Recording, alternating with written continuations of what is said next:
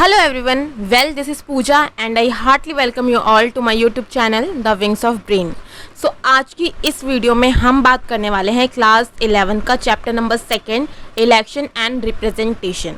ठीक है, तो बिफोर स्टार्टिंग दिस चैप्टर मैं आपको एक बात बता दूं कि अगर आप हिंदी मीडियम के स्टूडेंट्स हैं तो यही चैप्टर आपको हिंदी मीडियम में भी इस चैनल पे मिल जाएगा।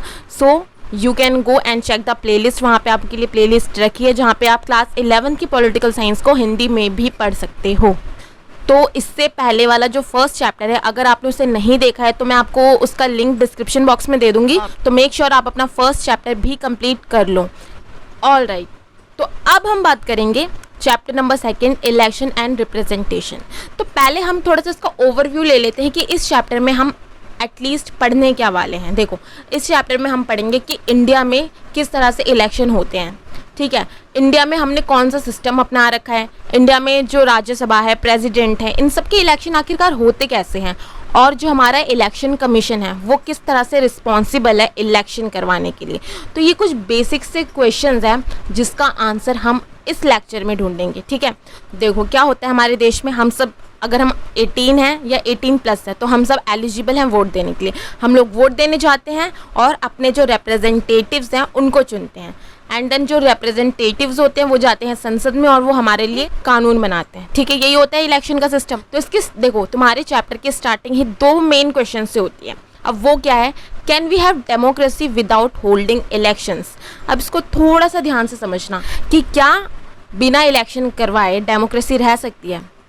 अब इंडिया का एग्जाम्पल लो, इंडिया क्या है, इंडिया एक डेमोक्रेटिक कंट्री है। अगर हम इंडिया में इलेक्शन ही ना करवाए तो क्या हम कह सकते हैं कि इंडिया एक डेमोक्रेटिक कंट्री है? नहीं, क्योंकि डेमोक्रेसी का मतलब ही होता है कि जो लोग हैं वो अपना लीडर चुनते हैं। तो इसका आंसर अब हमें मिल गया है कि नहीं भाई, ऐसा तो नहीं है कि बिना इलेक्शन के डेमोक्रेसी तो रह ही नहीं सकती। ठीक है, इसका आंसर अब हमें मिल गया। अब हम सेकंड क्वेश्चन का आंसर ढूंढेंगे, can we hold election without having democracy. क्या बिना डेमोक्रेसी के इलेक्शन हो सकते हैं? बिल्कुल होते हैं। देखो, ऐसा नहीं है कि वर्ल्ड में जितनी भी कंट्रीज़ है वो सारी डेमोक्रेटिक ही हों। बहुत सी ऐसी कंट्रीज़ है जो नॉन डेमोक्रेटिक है, जहाँ पे किंग रूल करता है या फिर जहाँ पे मिलिट्री रूल करती है।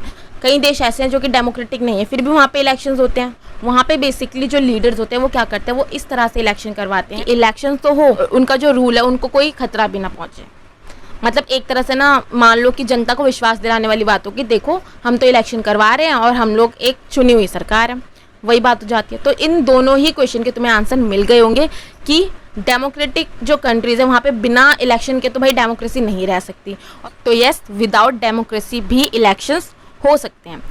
ठीक है, अब हम बात करते हैं हमारे नेक्स्ट टॉपिक की। यहाँ से तुम्हें थोड़ा सा ओवरव्यू मिल गया होगा कि इसमें बात क्या की गई है। तो अब हम यहाँ पे 2 तरह की डेमोक्रेसी के बारे में पढ़ने वाले हैं।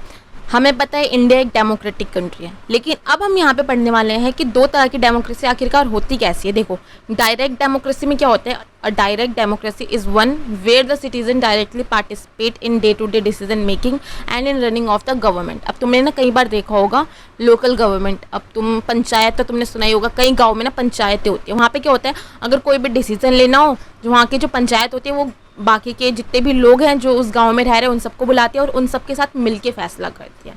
ये एग्जांपल तुम्हें क्लियर हो गया होगा। तो डायरेक्ट डेमोक्रेसी का मतलब ही ये होता है, जो सिटीजन्स होते हैं वो डायरेक्ट जो गवर्नमेंट है उनके साथ बातचीत करते हैं, जिस भी टॉपिक पे डिसीजन लेना होता है उस पर जो सिटीजन्स होते हैं, जो गवर्नमेंट होती है वो साथ में बातचीत करती है एंड देन वो एक डिसीजन मेकिंग करते हैं। तो इसका एग्जांपल तुमने देखा होगा लोकल गवर्नमेंट एंड ग्राम सभा। तो डायरेक्ट डेमोक्रेसी तो बहुत आसान है कि जहाँ पे जो सिटीजन्स हैं एंड जो गवर्नमेंट है वो साथ में डिसीजन लेते हैं। इसका एक और रूप है, वो है इनडायरेक्ट डेमोक्रेसी। तो इनडायरेक्ट डेमोक्रेसी में क्या होता है, citizen choose their representatives who are actively involved in governing and administering the country. तो इस इनडायरेक्ट डेमोक्रेसी का एग्जांपल तुम इंडिया के एग्जांपल से समझ सकते हो। तुम्हें पता है इंडिया एक बहुत बड़ी कंट्री है, इंडिया की पॉपुलेशन बहुत ज़्यादा है। तो यहाँ पे ये पॉसिबल नहीं हो पाएगा कि गवर्नमेंट जितने भी लोग हैं उन सबको बुलाए एंड देन साथ में मिलके किसी भी टॉपिक पे बात कर सके या फिर कोई डिसीजन ले सके, तो ये तो इम्पॉसिबल है। तो इनडायरेक्ट डेमोक्रेसी में क्या होता है, जो सिटीजन्स होते हैं वो एक्टिवली इन्वॉल्व नहीं होते गवर्नमेंट के साथ। तो इनडायरेक्ट डेमोक्रेसी में क्या होता है, हम अपने रिप्रेजेंटेटिव्स को चुनते हैं, यानी कि हम वोट देने जाते हैं और हम अपने रिप्रेजेंटेटिव्स को चुनते हैं। अब वो उनको अगर ज़्यादा वोट मिल जाते हैं तो वो इलेक्शन जीत जाते हैं, तो वो पार्लियामेंट में जाते हैं और हमारी कंट्री के लिए रूल्स रेगुलेशन एंड कानून बनाते हैं। तो यहाँ पे जनता एकदम से गवर्नमेंट के साथ इन्वॉल्व नहीं होती। तो डायरेक्ट डेमोक्रेसी और इनडायरेक्ट डेमोक्रेसी बहुत ही ईजी है, तुम्हें समझ में आ गया होगा। जस्ट इसे एक बार रीड करना तुम्हें बहुत अच्छे से समझ में आ जाएगा ये, ठीक है। Let's move on to our next topic. अगर इसमें से किसी में भी डाउट है ना, feel free to ask me, और नीचे जाके कमेंट बॉक्स में उस डाउट को टाइप कर दो, मैं तुम्हें उसका आंसर दे दूँगी, ठीक है।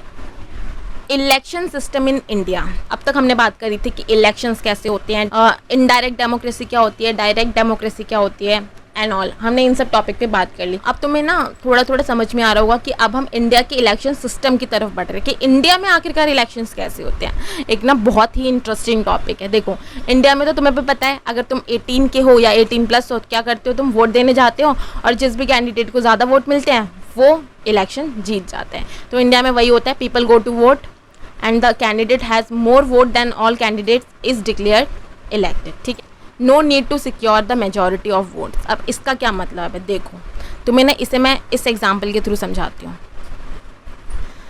अब ये वाला तुम एग्जाम्पल देखोगे कि ये 1984 के इलेक्शंस की बात हो रही है, ठीक है। कांग्रेस को यहाँ पे 48% वोट मिले थे, ठीक है। बीजेपी को यहाँ पे 7.4% वोट मिले थे, जनता पार्टी को यहाँ पे 6.7% वोट मिले थे। तो यहाँ पे तुम देखोगे कि सबसे ज़्यादा वोट किसको मिले, सबसे ज़्यादा वोट मिले 48%, यानी कि कांग्रेस को। तो यहाँ पे कांग्रेस जो है वो इलेक्शन जीत जाती है। No need to secure a majority of votes, ठीक है। तो यहाँ पे मेजॉरिटी को सिक्योर करने की ज़रूरत नहीं है। अगर तुम्हें यहाँ पे मान लो कांग्रेस को यहाँ पे 48% वोट मिले, अगर यहाँ पे कांग्रेस को 25% वोट भी मिलते और इन सब पार्टीज़ को उससे कम वोट मिलते, तब भी यहाँ पे जो विनर होती वो कांग्रेस पार्टी ही होती। तो यहाँ पे ज़रूरत नहीं है कि जो मेजॉरिटी है, यानी कि अगर 100% वोट्स है तो उसमें 80 या 85% लाना ज़रूरी है। तो इसमें इसकी कोई ज़रूरत नहीं होती। जिस भी पार्टी को सबसे ज़्यादा वोट मिलते हैं वो इलेक्शन जीत जाती है। तो यहाँ पर इंडिया में हम इसी सिस्टम को अपनाते हैं। तो this method is called first pass the post system, यानी कि जिस भी कैंडिडेट को सबसे ज़्यादा वोट मिलेंगे वो इलेक्शन जीत जाएगी। और इस मैथड को हम प्लूरैलिटी सिस्टम भी कहते हैं। तो आई थिंक तुम्हें ये वाला तो टॉपिक क्लियर हुआ ही होगा, बहुत ही आसान है। जिस भी कैंडिडेट को सबसे ज़्यादा वोट मिलेंगे इंडिया में वो इलेक्शन जीत जाएगा। तो यहाँ पर तुम्हें एक एग्जाम्पल भी दे रखा है। देखो यहाँ पे तुम्हें ये सिस्टम तो समझ में आ गया होगा कि इंडिया में किस सिस्टम को अपनाया गया है, कि भाई जिस भी कैंडिडेट को सबसे ज़्यादा वोट मिलेंगे वो इलेक्शन को जीत जाएगा, और इसे first past the post system भी कहते हैं। बट इसी के साथ एक सवाल तुमसे यहीं पे पूछा जाता है कि देखो यहाँ पे 1984 में जब यहाँ पे लोकसभा के इलेक्शंस हुए तो यहाँ पे कांग्रेस को मिले 48% वोट, ठीक है। बट यहाँ पे कांग्रेस को सीट्स मिल गई 415 सीट्स। ऐसा कैसे हो सकता है कि 50% से भी कम वोट मिले और सीट्स इतनी ज़्यादा कैसे मिल सकती है। एग्जैक्टली यहाँ पे बीजेपी को 7.4% वोट मिलते हैं और यहाँ पे जो सीट्स हैं वहाँ पे 2 सीट्स मिल जाती हैं। तो ऐसा क्यों हुआ? क्या यहाँ पे हमारे जो इलेक्शन सिस्टम है क्या यहाँ पे कुछ गड़बड़ है? क्या इसका रीज़न कुछ और ही है? तो यहाँ पे तुम्हें अब इसका आंसर मिलेगा, तो इसे थोड़ा ध्यान से समझना। तो देखो यहाँ पे क्या होता है, Indian voters voted for Congress party, ठीक है। यहाँ पे कांग्रेस के लिए इंडियन वोटर्स ने वोट किया, 48% यहाँ पे वोट्स मिल जाते हैं।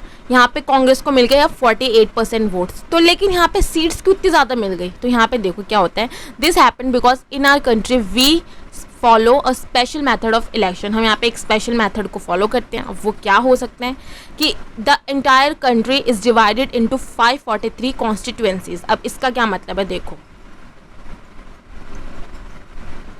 मान लो ये हमारी एक कंट्री है, ठीक है। हम इसे मान लेते हैं, चलो ये इंडिया है। अब इंडिया को इस तरह से 543 कॉन्स्टिट्यूएंसीज में बांट दिया जाता है।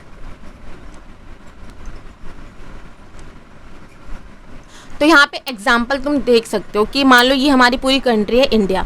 इंडिया को इस तरह से ना 543 कॉन्स्टिट्यूएंसीज में बांट दिया जाता है। एक कॉन्स्टिट्यूएंसी ये हो गई, एक कॉन्स्टिट्यूएंसी ये हो गई, ये एक कॉन्स्टिट्यूएंसी ये हो गई। तो इस तरह से हमारी पूरी कंट्री को 543 कॉन्स्टिट्यूएंसीज में बांट दिया जाता है। अब मान लो ये एक कॉन्स्टिट्यूएंसी है, हम इसका एग्जांपल लेते हैं, ठीक है।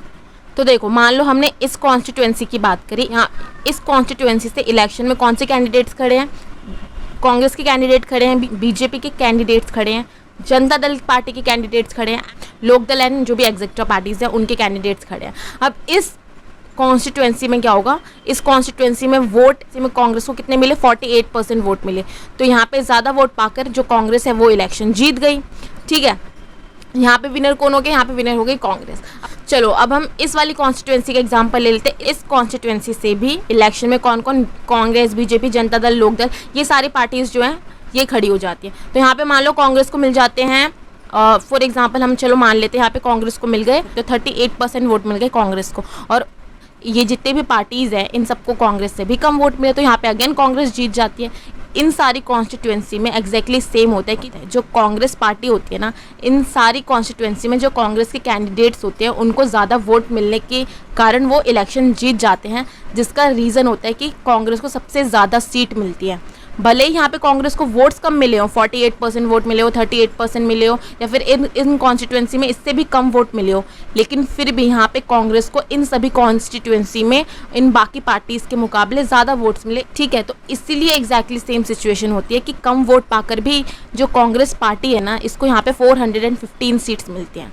आई होप सो तुम्हें इस एग्जाम्पल के थ्रू ये अच्छे से समझ में आ गया होगा कि entire country is divided into 543 जो कॉन्स्टिट्यूंसीज है उसमें डिवाइड कर दिया। Each constituency elects one representative, क्योंकि यहाँ पे ये एक कॉन्स्टिट्यूंसी होगी, यहाँ पे ये सारी पार्टीज़ खड़ी हैं, तो इस कॉन्स्टिट्यूंसी में जिस भी पार्टी के कैंडिडेट को सबसे ज़्यादा वोट मिलेंगे वो इलेक्शन को जीत जाएगी। The candidate who secure the highest number of votes in the constituency is declared elected. तो यहाँ पे हमने एग्जांपल लिया ही था कि इस कॉन्स्टिट्यूंसी में जो कांग्रेस है उसको 48% वोट मिलते हैं, इसलिए यहाँ पे जो कांग्रेस है वो इलेक्शन जीत जाते हैं इस कॉन्स्टिट्यूंसी से। इस कॉन्स्टिट्यूंसी में भी क्या होता है, कांग्रेस को 38% वोट मिलते हैं, 38% वोट मिलते हैं बाकी कैंडिडेट्स के मुकाबले, तो यहाँ पे भी जो कांग्रेस है वो इलेक्शन जीत जाती है। तो हर कॉन्स्टिट्यूंसी से एक कैंडिडेट चुना जाएगा जिसको सबसे ज़्यादा वोट मिले होंगे, क्योंकि ऐसा अक्सर होता है कि अगर एक कॉन्स्टिट्यूंसी में बहुत सारी पार्टीज़ खड़ी हो तो सिचुएशन यही होती है कि हर पार्टी को 50% से कम वोट मिलेंगे, बट 50% से भी कम वोट पाकर यहाँ पे कांग्रेस ने सबसे ज़्यादा हाईएस्ट वोट्स गेन करे, तो यहाँ पे कांग्रेस विनर हो जाती है और 415 सीट्स जीत जाती है पूरे देश की जो कॉन्स्टिट्यूंसीज है वहाँ से। तो आई होप सो तुम्हें ये जो एग्जाम्पल है तुम्हें क्लियर हो गया होगा, और अगर इससे रिलेटेड तुम्हारा कोई भी डाउट है कमेंट बॉक्स में वहाँ पे जाके उसे टाइप कर दो, ठीक है। तो इंडिया में तुम्हें समझ में आ गया होगा कि इंडिया में किस तरह से first past the post system को अपनाया गया है, यानी कि जिस भी कैंडिडेट को सबसे ज़्यादा वोट मिलेंगे वो इलेक्शन जीत जाएगी। अब हमने एक सिस्टम तो यहाँ पे पढ़ लिया, अब हम एक और सिस्टम पढ़ेंगे जो कि इंडिया में नहीं अपनाया जाता, जो कि बाकी की जो फॉरेन कंट्रीज़ है वहाँ पे अपनाया जाता है। यहाँ पे अब हम बात करेंगे एक और सिस्टम की, प्रोपोर्शनल रिप्रेजेंटेशन। अब ये वाला जो सिस्टम है ना, ये इंडिया में तो अपनाया ही गया है, बट इसका एक अलग वेरिएंट अपनाया गया है, थोड़ा सा मॉडिफिकेशन करके, जो कि हम आगे की स्लाइड्स में बात करेंगे। लेकिन जो प्रोपोर्शनल रिप्रेजेंटेशन है इसमें क्या होता है, देखो, अब party gets the same proportion of seats as its proportion of votes, यानी कि इस इलेक्शन सिस्टम में क्या होता है कि जिस पार्टी को जितने परसेंट वोट मिलते हैं उतने ही परसेंट उन्हें सीट्स दे दी जाती हैं ताकि वो पार्लियामेंट में जाके लॉज बनाए। तो मान लो ये ए पार्टी है, इस पार्टी को मिल जाते हैं 47% वोट, बी पार्टी को मिल जाते हैं यहाँ पे 37% वोट, सी पार्टी को यहाँ पे मिल जाते हैं 32% वोट, और इस तरह से जो बाकी की पार्टीज़ है उनको यहाँ पे वोट्स मिल जाते हैं। तो यहाँ पे क्या होगा, पार्टी ए है, ठीक है, पार्टी ए को 47% वोट मिले तो 47% वोट के अकॉर्डिंग उसे सीट्स दी जाएंगी और वो संसद में चली जाएगी। पार्टी बी का भी सेम है, 37% वोट मिले तो 37% सीटें मिलेंगी और वो पार्लियामेंट में जाके लॉज बनाने लगेगी। सी को भी 32% वोट मिले तो यहाँ पे क्या होगा, सी पार्टी को 32% वोट मिले तो 32% सीट्स के अकॉर्डिंग वो पार्लियामेंट में जाएगी और कानून बनाने लगेगी। तो एग्जैक्टली इस इलेक्शन सिस्टम में सेम होता है। तो यहाँ पे ना, जैसे कि इंडिया वाले सिस्टम में हमने बात करी थी कि इंडिया वाले सिस्टम में क्या होता है कि जिस भी पार्टी को सबसे ज़्यादा वोट मिलते हैं तो वो इलेक्शन जीत गई, और ये जितनी भी पार्टीज़ है ना इनके वोट बेकार चले जाते हैं, इनके वोट की गिनती ही नहीं होती। बट यहाँ पे थोड़ा सा अलग सिस्टम है। यहाँ पे क्या होता है, इन सारी ही पार्टीज़ को जितने वोट मिले होते हैं उतनी ही इन्हें पार्लियामेंट में सीट दे दी जाती है। तो यहाँ पे जितने भी पार्टीज हैं इनके वोट्स बेकार नहीं जाते, इनको उसी प्रपोर्शन में सीट्स दे दी जाती है पार्लियामेंट में। The system is called proportional representation. Each party is allotted the share of seats in the parliament in proportion of its vote. जैसे कि हमने पढ़ा, जितने परसेंट वोट मिलेंगे उतने परसेंट सीटें मिल जाएंगी पार्लियामेंट में। Each party fills its quota of seats by picking those nominees from a preference list that has been declared before the election। अब इसका क्या मतलब, थोड़ा सा इसे समझना ज़रूरी है। तो देखो, each party fills its quota of seats. तो यहाँ पे क्या होता है, देखो इलेक्शन से पहले क्या होता है, ये जितनी भी पार्टीज़ है ना जिसके बारे में हमने यहाँ पे बात करी थी, ए पार्टी है, बी पार्टी है, सी पार्टी है एंड डी पार्टी है, जो ये पार्टीज़ होंगी ना इलेक्शन से पहले, ये अपनी एक लिस्ट जारी करेंगी। तो ये सारी तुम लिस्ट देख सकते हो, ए पार्टी की लिस्ट ये रही, बी पार्टी की लिस्ट ये रही, तो ये बाकी की सारी पार्टी की लिस्ट है। इस लिस्ट में क्या होगा, इस ए पार्टी ने अपनी प्रेफरेंस के अकॉर्डिंग कुछ कैंडिडेट्स के नाम इस लिस्ट में लिख दिए कि चलो जब इलेक्शन हो जाएंगे और हमें वोट मिल जाएंगे तो इसी लिस्ट में से हम अपने कैंडिडेट्स को अपनी सीट्स के अकॉर्डिंग चुन लेंगे। एग्जैक्टली सेम यहाँ पे बी पार्टी के साथ होता है। बी पार्टी इलेक्शन से पहले अपनी एक लिस्ट जारी करते हैं जिसमें अपने कैंडिडेट्स जो हैं उनके नाम लिखते हैं कि जितने परसेंट हमें वोट मिलेंगे उतने परसेंट के अकॉर्डिंग हम अपने कैंडिडेट्स को इस लिस्ट में से चुन लेंगे। तो ऐसा ही बाकी की जो पार्टीज़ होती है इलेक्शन से पहले वो अपनी एक लिस्ट जारी करते हैं जिसमें नॉमिनीज़ के नाम लिखे होते हैं, ठीक है। और जितने परसेंट इन्हें इलेक्शन के बाद सीटें मिलती हैं उतने परसेंट के अकॉर्डिंग ये अपने कैंडिडेट्स को इसी लिस्ट में से चुन लेते हैं। तो यहाँ पर तुम्हें आई होप सो कि तुम्हें ये क्लियर हो गया होगा कि क्या होता है, इलेक्शन से पहले जितनी भी पार्टीज़ होती है वो अपनी जो नॉमिनीज़ है उनकी एक लिस्ट बनाती है और जो भी इलेक्शन कमीशन होता है उनको दे देती है। सिंपल भाषा में समझना है तो इतना समझो कि इलेक्शन से पहले ये जितनी भी पार्टीज़ होती हैं ये अपनी एक लिस्ट जारी करती हैं और इनकी जो पार्टी होती है उनमें जो सा भी कैंडिडेट कैपेबल होता है उनके नाम अपने प्रेफरेंस के अकॉर्डिंग इस लिस्ट में 1 2 3 करके ये नाम लिख देते हैं। और इलेक्शन के बाद क्या होता है, इलेक्शन के बाद क्या होता है, जितने परसेंट इन्हें वोट्स मिलते हैं उतनी परसेंट इन्हें पार्लियामेंट में सीट्स मिल जाती है और उस सीट्स के अकॉर्डिंग इस लिस्ट में से वो अपने कैंडिडेट्स को चुन लेती है। बहुत ईजी था, जस्ट इसे रीड करना और इस एग्जाम्पल को देख लेना, अच्छे से समझ में आ जाएगा। तो ये वाला सिस्टम कहाँ पर अपनाया जाता है, ये वाला सिस्टम अपनाया जाता है इजराइल में और नीदरलैंड में। देखो प्रोपोर्शनल रिप्रेजेंटेशन का ना एक और तरीका है जो कि बाकी की कंट्रीज़ अर्जेंटीना और पुर्तगाल में अपनाया जाता है। तो यहाँ पे क्या होता है, the country is divided into several multi member constituencies. तो मान लो ये एक कंट्री है, ठीक है, इसको इस तरह से हमने कॉन्स्टिट्यूएंसी में बांट दिया, जैसे कि हमने इंडिया में बांटा था 543 में। तो बाकी की कंट्रीज़ में क्या होता है, इस तरह से जो कंट्री है उनको डिवाइड कर दिया जाता है इस तरह से पार्ट्स में, ठीक है। तो the country is divided into several multi member constituency. तो यहाँ पे हमने कॉन्स्टिट्यूएंसी में बांट दिया। अब हम बात करते हैं इस वाली कॉन्स्टिट्यूएंसी की। ये वाली कॉन्स्टिट्यूएंसी यहाँ पे ए पार्टी भी खड़ी हो गई, बी पार्टी भी खड़ी हो गई, सी पार्टी भी खड़ी हो गई एंड डी पार्टी भी खड़ी हो गई। एक कॉन्स्टिट्यूएंसी से यहाँ पे बहुत सारी पार्टीज इलेक्शन में खड़ी हो जाएंगी और जो बाकी की पार्टीज़ है वो खड़ी हैं, ठीक है। इस कॉन्स्टिट्यूएंसी में क्या होगा, बहुत सारी पार्टीज़ खड़ी हो जाएंगी। तो इसको इसलिए कहा जाता है सेवरल मल्टी मेंबर, यानी कि एक कॉन्स्टिट्यूएंसी से बहुत सारी पार्टीज़ खड़ी हो जाएंगी। एग्जैक्टली ये वाली कॉन्स्टिट्यूएंसी है, इस वाली कॉन्स्टिट्यूएंसी से भी ये वाली पार्टीज़ खड़ी हो जाएंगी और बाकी की अदर पार्टीज़ खड़ी हो जाएंगी।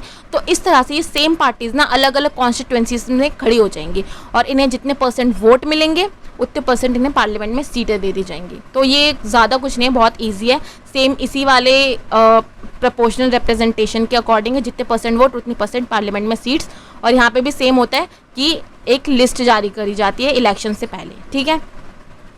तो voters give their preference for a party not a candidate. तो यहाँ पे क्या होता है, जो वोटर्स है ना वो पार्टी को वोट देते हैं, कैंडिडेट को नहीं। इंडिया वाले में क्या होता है, हम कैंडिडेट को वोट देते हैं और हम जानते हैं कि हम कौन से कैंडिडेट को वोट दे रहे हैं उनके काम के अकॉर्डिंग। लेकिन यहाँ पे जो वोटर्स होते हैं वो अपनी प्रेफरेंस देते हैं पार्टी को कि पार्टी ए ने अच्छा काम किया, हम पार्टी ए को जो है प्रेफरेंस दे रहे हैं। इलेक्शन के बाद इन्हें पार्टी ए को जितने परसेंट वोट मिलेंगे उतने परसेंट यहाँ पे पार्टी ए को सीटें दे देंगे पार्लियामेंट में।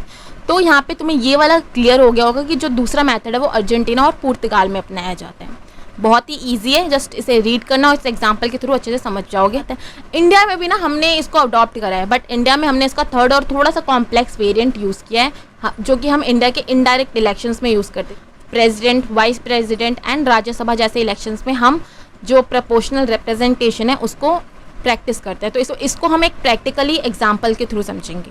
तो देखो इंडिया में पीआर यानी कि प्रोपोर्शनल रिप्रेजेंटेशन को किस तरह से राज्यसभा के इलेक्शन में हम प्रैक्टिस करते हैं। तुम्हें फर्स्ट थिंग ये पता होना चाहिए कि इंडिया में है 28 स्टेट्स, ठीक है।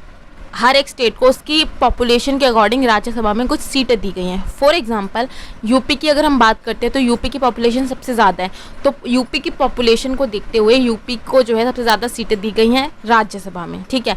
और सिक्किम की पॉपुलेशन वहीं पे सबसे ज़्यादा कम है, तो सिक्किम को बहुत कम सीटें दी गई हैं राज्यसभा में। तो तुम्हें जस्ट यहाँ पर मोटा मोटा ये याद रखना है कि हर एक स्टेट को उसकी पॉपुलेशन के अकॉर्डिंग राज्यसभा में कुछ सीटें दी गई हैं। तो देखो a third variant of PR यानी कि proportional representation and single transferable vote system हम फॉलो करते हैं कहाँ पे, राज्यसभा के इलेक्शन में। तो यहाँ पे जैसे कि मैंने तुम्हें बताया कि every state has specific Kota of seats in the Rajya Sabha उसकी पॉपुलेशन के अकॉर्डिंग।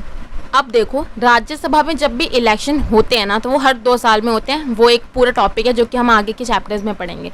यहाँ पे हम बेसिकली वोट के बारे में पढ़ रहे हैं। तो देखो, एक फॉर्मूला है जिसे हम राज्यसभा के इलेक्शन में यूज़ करते हैं। तो इसमें क्या होता है, टोटल वोटर्स, यानी कि कितने लोग वोट देने वाले हैं, total number of candidates to be elected, यानी कि कितने कैंडिडेट्स को हमें इलेक्ट करना है, प्लस में 1 करके हम ब्रैकेट क्लोज करेंगे एंड +1 करेंगे। तो इस वाले फॉर्मूले को हम फॉलो करते हैं राज्यसभा के इलेक्शन में। तो तुम्हें ना ये वाला फॉर्मूला है, तुम्हें इस वाले एग्जाम्पल के थ्रू अच्छे से समझ में आएगा। तो यहाँ पर क्या है, if 4 Rajya Sabha members have to be elected by 200 MLAs in Rajasthan, तो हर एक विनर को रिक्वायर होंगे 41 वोट्स। अब इसका क्या मतलब है, यहाँ पे मान लो कि राजस्थान के जो 200 MLAs है ना, उन्हें 4 राज्यसभा मेंबर्स को चुनना है राजस्थान में। तो वो किस तरह से चुनेंगे, यानी कि यहाँ पे 4 सीटों के लिए वोट होगा। अब वो 4 सीटों के लिए वोट कैसे होगा, इस एग्जाम्पल के थ्रू हम समझेंगे। मान लो कि राज्यसभा का इलेक्शन होने वाला है, बहुत सारी पार्टीज होंगी राजस्थान में, ठीक है। मान लो कांग्रेस भी है राजस्थान में, जो कि अपने कैंडिडेट्स को राज्यसभा के इलेक्शन के लिए खड़ा करने वाली है। बीजेपी भी खड़ा करने वाली है, समाजवादी पार्टी भी खड़ा करने वाली है, जनता दल भी करने वाले, या फिर जो अनदर पार्टीज हैं वो भी राजस्थान में 4 सीटों के लिए अपने सभी 4 कैंडिडेट्स को खड़ा करने वाली हैं।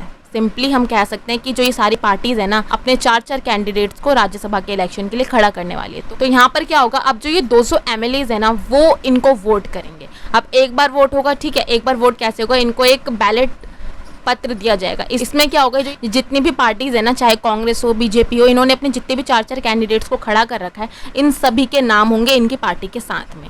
जो ये 200 MLAs हैं, इनको एक लिस्ट दी जाएगी, एक तरह से इनको एक बैलेट पत्र दिया जाएगा, जिसपे ये अपनी first preference, second preference, third preference ऐसे करके टिक मार्क करेंगे कि हमें तो यहाँ पे कांग्रेस का कैंडिडेट पसंद है, तो हम इसको अपनी फर्स्ट प्रेफरेंस दे देंगे, यानी कि नंबर 1 पे रख देंगे। यहाँ पे हमें बीजेपी का कैंडिडेट पसंद है, तो बाकी के MLAs से 2 नंबर पे रख देंगे। तो इस तरह से जो 200 MLAs है वो इस बैलेट पत्र पे अपनी प्रेफरेंस रखेंगे। चलो, इलेक्शन हो जाते हैं, इन सारे जो ये सभी 200 MLAs इन्होंने अपनी प्रेफरेंस दे दी।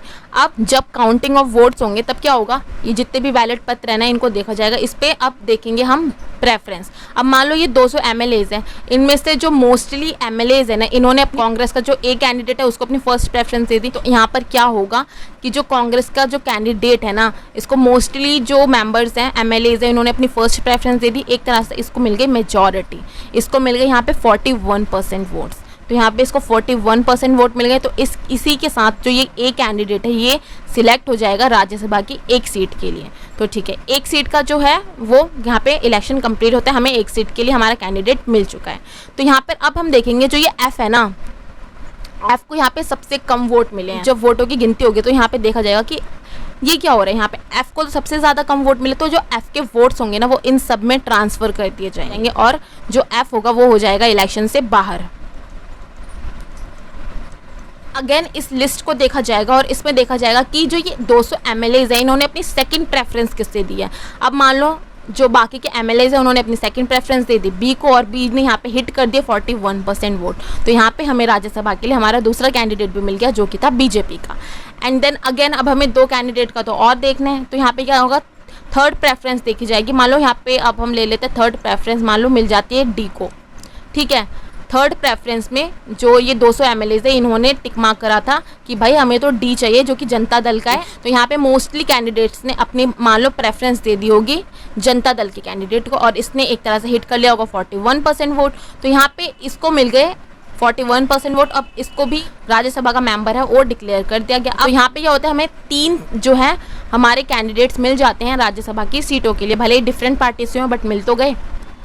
तो देखो, अब इसी लिस्ट में से हमें एक और कैंडिडेट को सिलेक्ट करना है। तो यहाँ पे हम इस लिस्ट में देखेंगे कि 4th प्रेफरेंस किसे दी गई है। मान लो 4th प्रेफरेंस अब दे दी गई है समाजवादी पार्टी को, यानी कि समाजवादी पार्टी के कैंडिडेट को यहाँ पे 4th प्रेफरेंस दे दी गई है, तो इन सभी MLAs के द्वारा।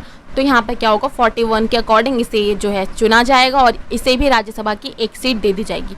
तो यहाँ पर इस तरह से जो हमारे राज्यसभा के इलेक्शन है वो कंप्लीट होते हैं, और हमें 4 कैंडिडेट चाहिए थे राज्यसभा के सीटों के लिए, वो हमें यहाँ पे मिल चुके हैं। और ये जो बाकी के कैंडिडेट्स थे, इनके जो वोट्स थे, हमने इनको पहले ही ट्रांसफ़र कर दिया है, और ये सारे जो कैंडिडेट्स होते हैं ये हो जाते हैं इलेक्शन से बाहर। तो यहाँ पे सिंपली हमने क्या समझा, फर्स्ट पॉइंट हमने ये समझा कि एक यहाँ पे हम रूल को फॉलो करते हैं, यानी कि यहाँ पे टोटल वोटर्स कितने थे 200 अपॉन में क्या कर देंगे हम 4, हमें जो है राज्यसभा के मेंबर्स को चुनना था, +1 करके इसे ब्रैकेट क्लोज करेंगे तो हमें 41 वोट्स की ज़रूरत होगी। यानी कि जो ये हर कैंडिडेट है ना, इन्हें 41 वोट्स की ज़रूरत होगी राज्यसभा का मेंबर बनने के लिए। एंड देन जो ये वोटर्स हैं, यानी कि जो 200 MLAs हैं, इन्हें एक बैलेट लेटर दिया जाएगा जिसमें सारी कैंडिडेट्स के नाम लिखे होंगे। तो ये जो 200 MLAs है, ये अपनी first preference, second preference, third preference करके ऐसे टिक मार्क कर देंगे। और उसके बाद जब वोटों की गिनती होगी, इसमें देखा जाएगा कि किस कैंडिडेट्स को ज़्यादातर MLAs ने फर्स्ट प्रेफरेंस दिया और उसे 41% वोट्स अगर उसे मिल रहे हैं पूरी तरह से, तो उसे मेंबर ऑफ राज्यसभा घोषित कर दिया जाएगा। और इसी तरह से second preference, third preference, fourth preference, इस तरह से देखा जाएगा। और इस तरह से हमारे वोटों की गिनती कंप्लीट होगी और इस तरह से राज्यसभा के इलेक्शन कंप्लीट हो जाएंगे। आई होप सो तुम्हें ये वाला टॉपिक अच्छे से समझ में आ गया होगा। तुम्हें जस्ट इसे रीड करना है, रीडिंग मस्ट है। मैं तुम्हें यहाँ पे एक बार बता रही हूँ, इसको जस्ट रीड करना, तुम्हें ये टॉपिक अच्छे से क्लियर हो जाएगा। जस्ट एक बार तुम इसे पढ़ोगे ना, बहुत ही आसान है, तुम्हें अच्छे से समझ में आ जाएगा। तो यहाँ पर हमने FPTP यानी कि first pass the post system और प्रोपोर्शनल रिप्रेजेंटेशन वाले सिस्टम को हमने अच्छे खासे एग्जाम्पल के थ्रू समझा है। तो यहाँ पे इन दोनों के बीच में जस्ट हम एक डिफरेंस समझेंगे ताकि हमें अच्छे से समझ में आ जाए। तो FPTP में क्या होता है, the country is divided into small geographical units called constituency और डिस्ट्रिक्ट्स। तो यहाँ पे जैसे कि हमने पढ़ाई था कि FPTP में क्या होता है, पूरी कंट्री को इस तरह से 543 कॉन्स्टिट्यूएंसीज में डिवाइड कर दिया जाता है। तो देखो, प्रोपोर्शनल रिप्रेजेंटेशन में क्या होता है, एक लार्ज जोग्राफिकल एरिया, यानी कि एक पूरी कंट्री को हम एक सिंगल कॉन्स्टिट्यूएंसी मानते हैं। तो इसका ये दूसरा टाइप तुम ऐसे समझ सकते हो। और जो हमने पहले वाला पढ़ा था जिसमें हमने ऐसे कॉन्स्टिट्यूएंसीज की तरह डिवाइड किया था, वो इसका एक दूसरा पार्ट है। ठीक है, तो इसमें क्या होता है, PR में हम एक पूरी कंट्री को एक सिंगल कॉन्स्टिट्यूएंसी मानते हैं। मेनली ये नेशनल इलेक्शन के टाइम पे होता है। तो यहाँ पे क्या होता है, FPTP में एवरी कॉन्स्टिट्यूएंसी इलेक्ट्स 1 रिप्रेजेंटेटिव। तो यहाँ पे क्या होता है, चाहे एक कॉन्स्टिट्यूएंसी से जितनी भी पार्टी खड़ी हो, लेकिन जिसको सबसे ज़्यादा वोट मिलेंगे वो विनर हो जाएगी। बट यहाँ पे क्या होता है, PR सिस्टम में more than 1 representative may be elected from 1 constituency. तो जैसे कि हमने PR वाले सिस्टम में पढ़ाई था कि एक कॉन्स्टिट्यूएंसी से चाहे जितनी भी पार्टी खड़ी हो, उन पार्टी को जितने % वोट मिलेंगे उतनी % उन्हें सीटें दे दी जाएंगी पार्लियामेंट में। तो एक कॉन्स्टिट्यूएंसी से बहुत सारे रिप्रेजेंटेटिव भी इलेक्ट हो सकते हैं। तो यहाँ पर क्या होता है, FPTP में voters votes for a candidate. तो यहाँ पे हमें पता होता है कि हमारी कॉन्स्टिट्यूएंसी से जो कैंडिडेट खड़ा हो रहा है उसने इन 5 सालों में कैसा काम किया है, उसने किस तरह से डेवलपमेंट के लिए काम किया। तो एक तरह से जो सिटीजन्स होते हैं वो जानते हैं कि वो किसके लिए वोट दे रहे हैं। बट इसमें क्या होता है, वोटर्स वोट्स फॉर पार्टी, जैसे कि हमने पढ़ाई था कि जो वोटर्स होते हैं वो पार्टी के लिए वोट करते हैं। एंड देन जब इनको जितने % वोट मिल जाते हैं उतने % इन्हें सीटें दे दी जाती है, जिससे ये अपनी एक जो लिस्ट होती है उसमें से चुन लेते हैं जिन कैंडिडेट्स को।